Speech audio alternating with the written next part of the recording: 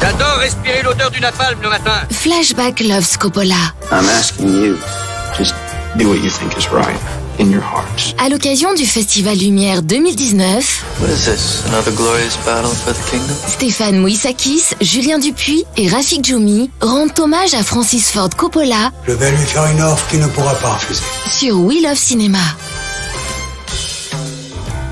Bonjour et bienvenue dans cet épisode de Flashback Loves Coppola de We Love Cinéma, à l'occasion de la 11e édition du Festival Lumière qui se déroule à Lyon du 12 au 20 octobre 2019. Je suis Stéphane Moïsakis et je suis accompagné de mes estimés collègues Rafik Djoumi. Rafik, bonjour. Bonjour Stéphane. Et Julien Dupuis. Bonjour Julien. Bonjour Stéphane. Ensemble, nous entamons ce podcast consacré à la carrière du réalisateur Francis Ford Coppola, lauréat du prix Lumière 2019, une récompense qu'il recevra à Lyon le 18 octobre prochain. Mais avant d'évoquer les incontournables comme la trilogie du Parrain ou encore Apocalypse Now, nous allons d'abord consacrer cette première partie au début de Francis Ford Coppola. Il s'agit de quelques titres incontournables comme Dementia 13, Big Boy ou encore Les Gens de la Pluie, auxquels se greffent d'autres films qui ne sont pas tout à fait les siens. Rafik, quels sont les premiers pas de Francis Ford Coppola derrière la caméra ? Ils arrivent très tôt, en fait, ses premiers pas, puisqu'il a commencé à faire des courts-métrages dès l'enfance, même si le cinéma n'est pas sa passion originelle, en fait. Sa première grande passion, c'est le théâtre. Il a, à cette époque, c'est pas un très bon élève, il est atteint de la polio, comme on le sait aujourd'hui peut-être, donc il est un peu condamné chez lui à ne pas avoir une vie sociale très agitée. Et donc il bricole, donc il lit beaucoup de pièces de théâtre et il bricole à tel point qu'il se passionne un peu pour la technologie. Ses amis du quartier le surnomment Science, donc on peut presque considérer que c'est un nerd avant l'heure, un geek avant l'heure. Et du coup le 8 mm rentre un peu dans son intérêt technologique. Mm-hmm. On n'a plus de traces aujourd'hui de ces courts-métrages qu'il a pu faire, avec des titres comme The Lost Wallet, Le portefeuille perdu, ça devait être absolument passionnant, mais en tout cas, il va mettre du temps à réaliser que le cinéma est pour lui plus une voie que le théâtre. Il va faire des études de théâtre d'abord, il va en sortir diplômé, il va faire ça au Hofstra College, dans la section Les Arts de la Scène, donc ça, il rentre en 1955, mais en fait, en 60, il s'inscrit à UCLA, l'University of California de Los Angeles, dont les sections ciné à l'époque sont très peu peuplées parce que la plupart de ces écoles de cinéma ne donnent pas du tout accès au métier. Hollywood est à l'époque quelque chose d'extrêmement cloisonné, extrêmement fermé. Il faut être syndiqué, il faut être passé par des tas de personnes pour pouvoir être coopté, etc. Les étudiants de ces écoles de cinéma, basiquement, ils apprennent plus à faire du film entre guillemets d'art qui ne verra jamais de voie commerciale, quoi. Elles sont pas très bien estimées non plus. Elles sont pas du tout estimées. Ces écoles à l'époque. Voilà, les inscriptions vont exploser dans les années suivantes parce qu'il y aura plein d'étudiants qui veulent éviter d'aller au Vietnam et qui vont s'inscrire dans ces sections ciné. Donc les deux principales sur la côte ouest, donc c'est UCLA où Francis Ford Coppola qu'il intègre en 60 et USC, University of Southern California, dont on reparlera un peu plus tard. Donc là, il va faire des courts-métrages typiques de ce genre d'école, une adaptation de William Wilson d'Edgar Poe, une œuvre sur un artiste hanté par sa propre création qui s'appelle I Am On the Terrible, mais je crois il est conscient que c'est pas ça qui va lui permettre de bosser dans le milieu. Et du coup, ce qu'il va faire, c'est que il tourne un court-métrage qui s'appelle The Peeper, qui raconte l'histoire d'un mec qui essaie de regarder des jeunes femmes se dénuder, et à partir de ces petites prises, avec l'aide d'un ami qui lui a eu accès à des stripteaseuses et qui a pu filmer du nu, il va faire un long métrage. Il a trouvé l'argent pour financer un long métrage qui est un nudie. À l'époque, c'est donc la mode des nudies. On est très loin du cinéma porno qui va exploser dans les années 70. On en est encore à ces films où on voit un bout de sein quelque part et ça justifie que les messieurs en imperméable aillent payer leur billet. Donc ce nudie s'appelle Tonight for Sure. Il y aura une exploitation française sous le titre L'Ouest sauvage et nu. Attention. Alors c'est une compilation de plusieurs scénettes qui sont très mal enchaînées les unes les autres, et surtout, même si c'est sur le générique écrit, produit et réalisé par Francis Coppola, en réalité, il a pas tourné toutes ces scènes, puisque comme je l'ai dit, il y a cet ami qui a tourné les vraies scènes de nu. Coppola, en fait, a à l'époque un problème avec la nudité. En fait, son héritage italo-américain, catholique, il reste très méfiant. Pour lui, c'est manquer de respect aux femmes que de les filmer nues. Néanmoins, il va quand même inviter son père, Carmine Coppola, qui est musicien, à faire la musique de ce nudie. Et il aura comme directeur de la photo un débutant également qui s'appelle Jack Hill, qui aura une carrière, qui va suivre Coppola un moment et qui aura une la carrière. Blaxploitation, notamment dans les années 70. Ouais.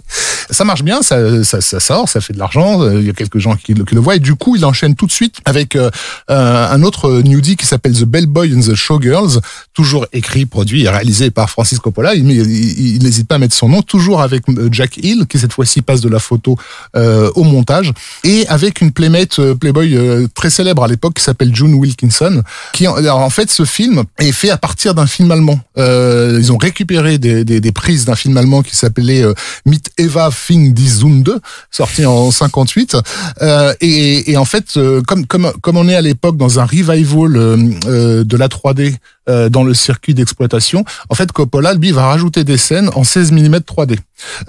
Donc là on est toujours en 62 et il a toujours cet énorme problème avec la nudité. Il racontait, je le cite, il y avait une scène 3D où nous devions avoir 5 filles assises sur leur commode. Elles ont été embauchées et payées pour ça.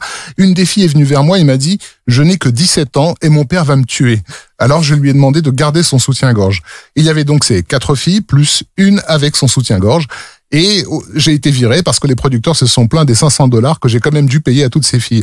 Cela a donc été l'un des thèmes de ma vie. Peut-être que quand j'aurai 80 ans, je franchirai enfin cette barrière de la nudité. Parce que c'est quelque chose, en fait, qu'il a poursuivi dans sa carrière. Il a toujours eu du mal à faire des scènes un peu osées, alors que c'est paradoxal, étant donné qu'il a commencé avec des nudies. Mais on connaît Coppola, le grand auteur, le réalisateur oscarisé, mais est-ce que là, en fait, t'es en train de nous dire qu'il avait déjà une conscience financière très aiguë? À l'époque, pour faire des films qui finalement étaient des films dans l'air du temps, quoi. En fait, il avait pas trop le choix. Encore une fois, comme je l'ai dit, à l'époque, il y a pas d'entrée pour les jeunes gens dans le cinéma hollywoodien.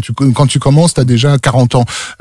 Donc il y a que le cinéma d'exploitation pur et dur qui ouvre les portes à ces jeunes-là. Et ce cinéma d'exploitation, il fait des films de drive-in et aussi des films érotiques, de ce genre de choses. C'est un cinéma opportuniste, on va dire.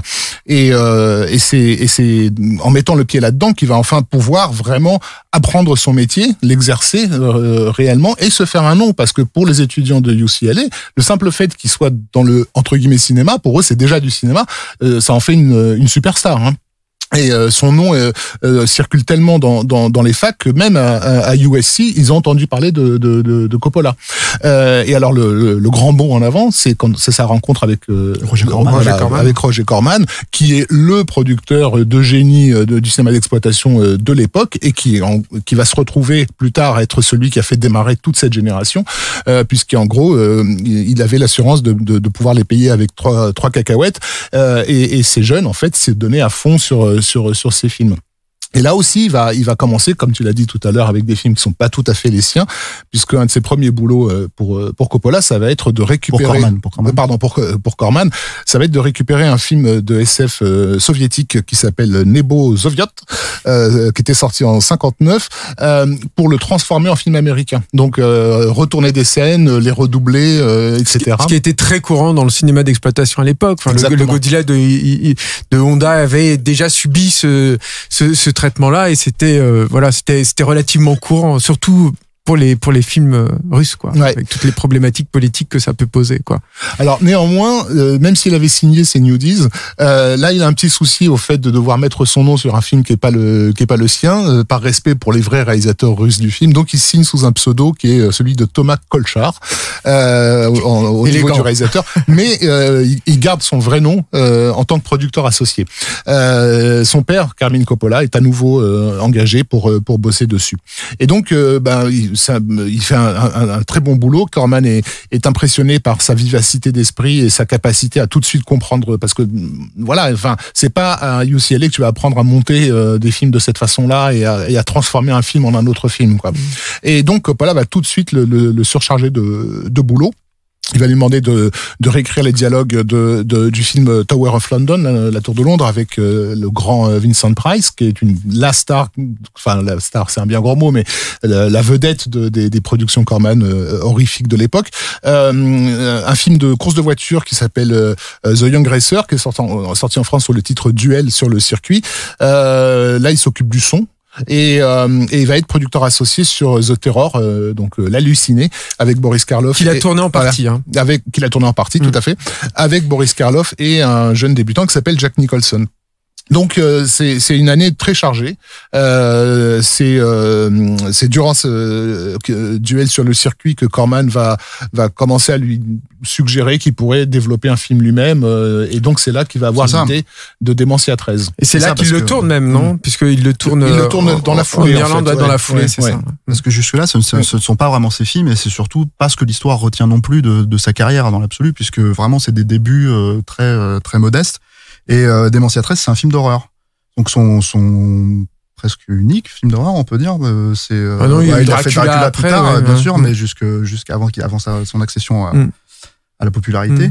De quoi ça parle, Démentia 13? C'est assez obscur, en fait. Bon, c'est une histoire de malédiction dans une maison avec une famille. C'est déjà une histoire de famille, en fait. Ça c'est assez intéressant à noter. Et c'est une histoire de malédiction autour de la mort accidentelle, en fait, d'une fillette qui influencerait un tueur à la hache. On va dire ça comme ça. You will be given a test prepared by Dr. Bryan to determine your ability to withstand shock. Those unable to pass this test will not be admitted to the theater. In this old castle, death is the youngest thing alive. C'est totalement dans la mouvance des films d'horreur de cette époque. Enfin, par exemple, moi, ça me fait beaucoup penser à Mario Bava, en fait, les Démentia 13. Il faut savoir que le film avait été tourné en 9 jours. Donc c'est ridicule. Un budget de $40,000. Voilà, donc c'est rien du tout. Et Corman a fait pire. Ouais, il a fait pire, mais enfin, ce qui est assez étonnant, Démentia 13 n'est pas un grand film, loin de là. Mais ce qui est assez étonnant, c'est qu'il y a quand même un vrai professionnalisme. C'est-à-dire que c'est un film qui est vraiment découpé, qui est vraiment monté. Et enfin voilà, et ça se sent, et on sent qu'il y a déjà un vrai savoir-faire, en fait, derrière. Tout à fait. Mais il faut souligner qu'il est toujours étudiant à ce moment-là. Il continue à suivre de moins en moins, mais il continue théoriquement à suivre les cours de UCLA et à fréquenter des autres étudiants. Donc, il faut imaginer à quel point c'est vraiment, pour eux, c'est le grand, quoi. Et pour ce gamin isolé qui est resté chez lui, qui avait pas beaucoup d'amis, là, voilà, de découvrir qu'en tant que cinéaste, il peut avoir un tel prestige sur les autres, il va complètement recomposer sa personnalité. En fait, le Coppola empereur ambitieux, etc., il va vraiment commencer à gonfler durant ces années-là. Et c'est sur le tournage de Démentia 13 qu'il va rencontrer Eleanor Jessie Neal, qui est donc travaille au département artistique et qui deviendra Eleanor Coppola. Donc c'est un film charnière pour lui. Néanmoins, c'est pas le film qui va lui valoir le prestige auprès des autres étudiants. Et celui-ci arrivera plus tard. C'est le film You're a Big Boy, donc You're a Big Boy Now en anglais, qui sort sous le titre Big Boy. Qui en fait est son projet de fin d'études. Donc il a racheté les droits d'une nouvelle adolescente. Le film est complètement dans l'air du temps de ce qui se faisait dans le cinéma anglais, notamment à l'époque. C'est pas vraiment comment dire. On n'est pas encore rentré dans le nouvel Hollywood, mais on sent que quelque chose de cet ordre-là commence à se faire jour. Mais on n'est pas dans le naturalisme, etc. J'aurais pas forcément d'exemple. Peut-être des films comme The Knack ou Comment la voir qu'on pouvait voir en Angleterre à l'époque. C'est plus cet esprit swinging 60s, on va dire. Mais c'est ce film-là vraiment qui va impressionner les étudiants. Enfin, et ça c'est je pense très important pour tout simplement pour sa carrière, en 1965, il reçoit le prix Samuel Goldwyn qui récompense les meilleurs scénarios d'étudiants. Et ça va lui valoir un contrat, un vrai, chez dans une boîte qui s'appelle Seven Arts, qui est en fait une sous-branche de la Warner, dans laquelle il va tout de suite être engagé comme scénariste. Que ce soit script doctor, donc réécrire des morceaux de script déjà finis par d'autres, ou même donc scénariste plus impliqué. Un des films les plus importants sur lesquels il bosse à ce moment-là, c'est le film de guerre Paris brûle-t-il, en fait. Et cette mini carrière de scénariste pour un gars qui a beaucoup d'heures de littérature derrière lui, et une vraie passion pour le théâtre, et une vraie passion aussi pour le cinéma d'Elia Kazan, etc.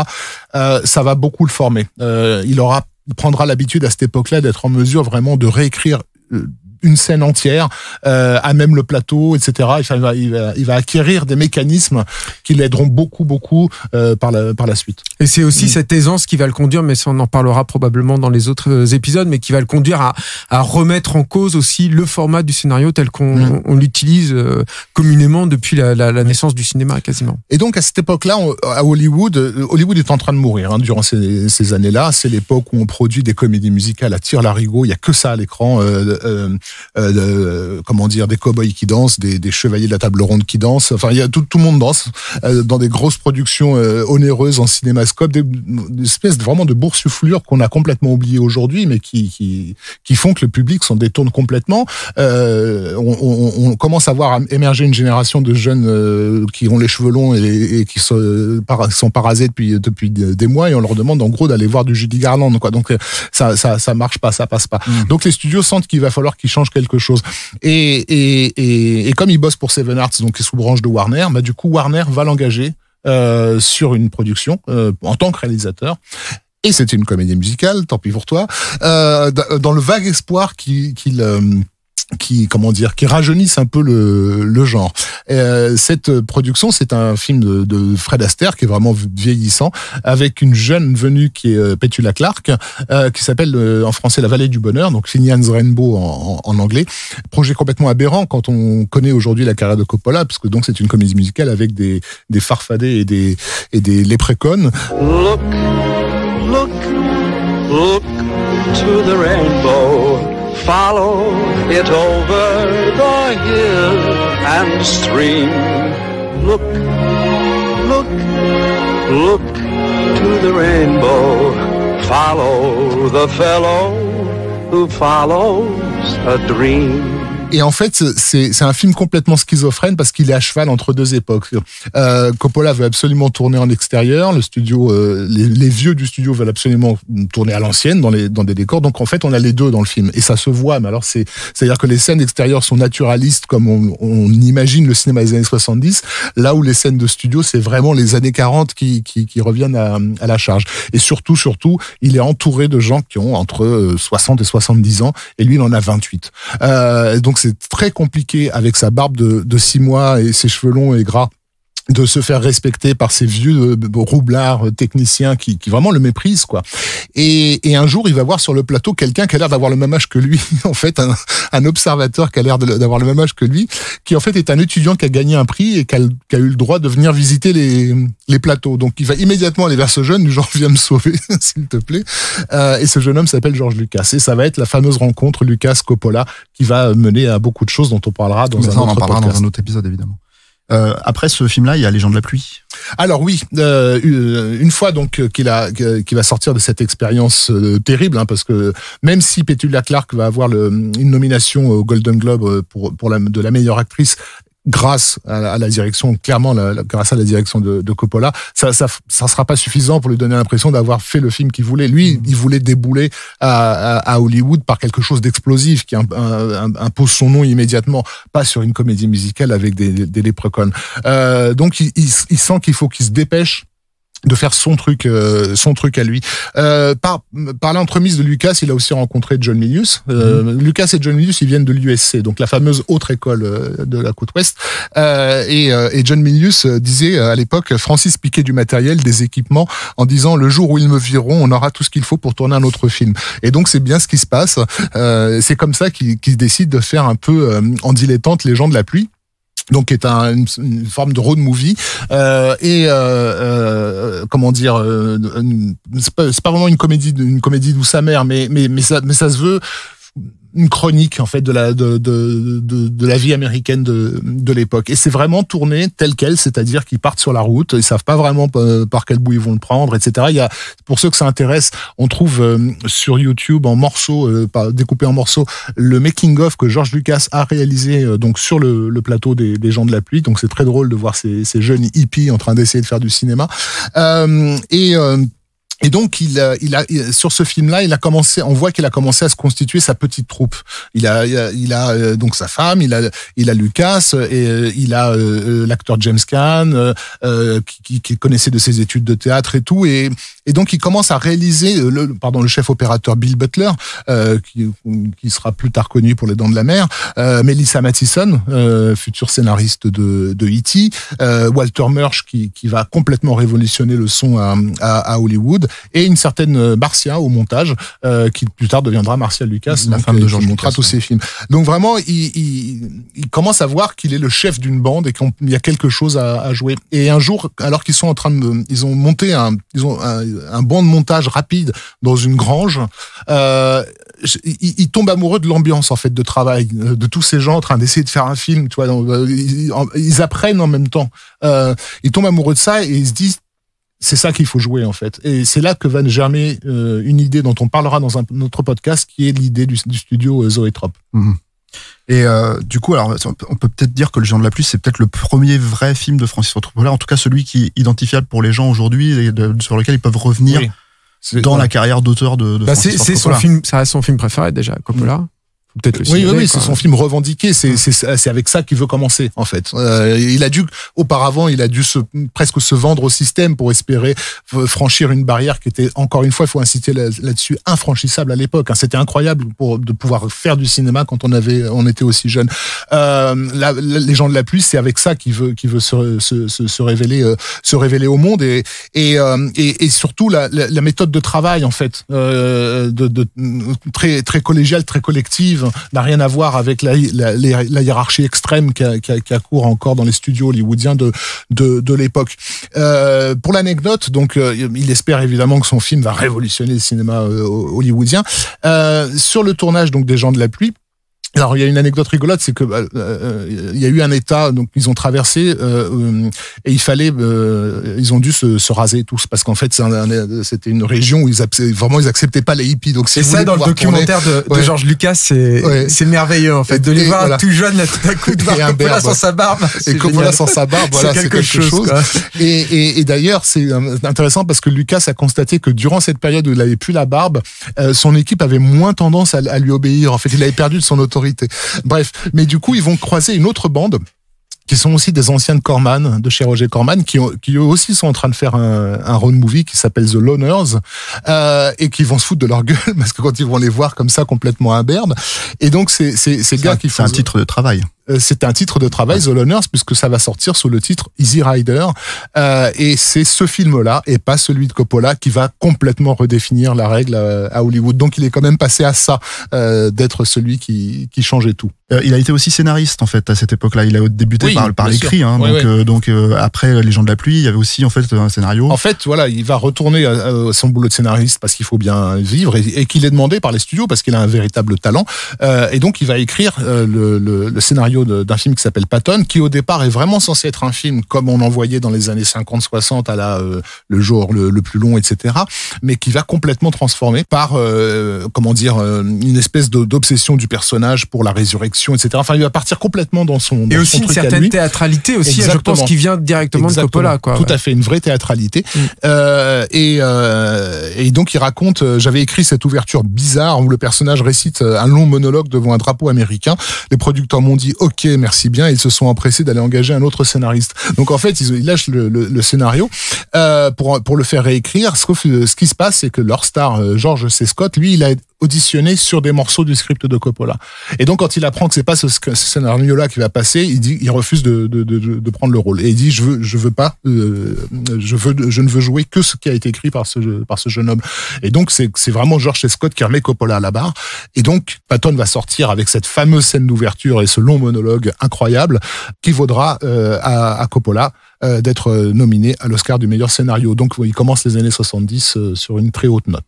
I want you to remember that no bastard ever won a war by dying for his country. He won it by making the other poor dumb bastard die for his country. Men, all this stuff you've heard about America not wanting to fight, wanting to stay out of the war, is a lot of horse dung.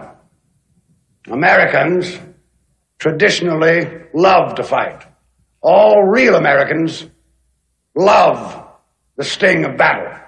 Americans love a winner and will not tolerate a loser. Et voilà, c'est terminé donc pour cette première partie de Flashback Love Coppola. Dans la seconde partie de ce podcast, en 4 épisodes, nous reviendrons sur l'incontournable trilogie du Parrain. C'est avec ça qu'il va lui aussi redéfinir le cinéma hollywoodien dans les années 70 et sur la façon dont elle va faire écho en fait, à sa propre carrière et à sa propre famille. Voilà. Merci messieurs et à bientôt sur We Love Cinéma. Au revoir. Au revoir.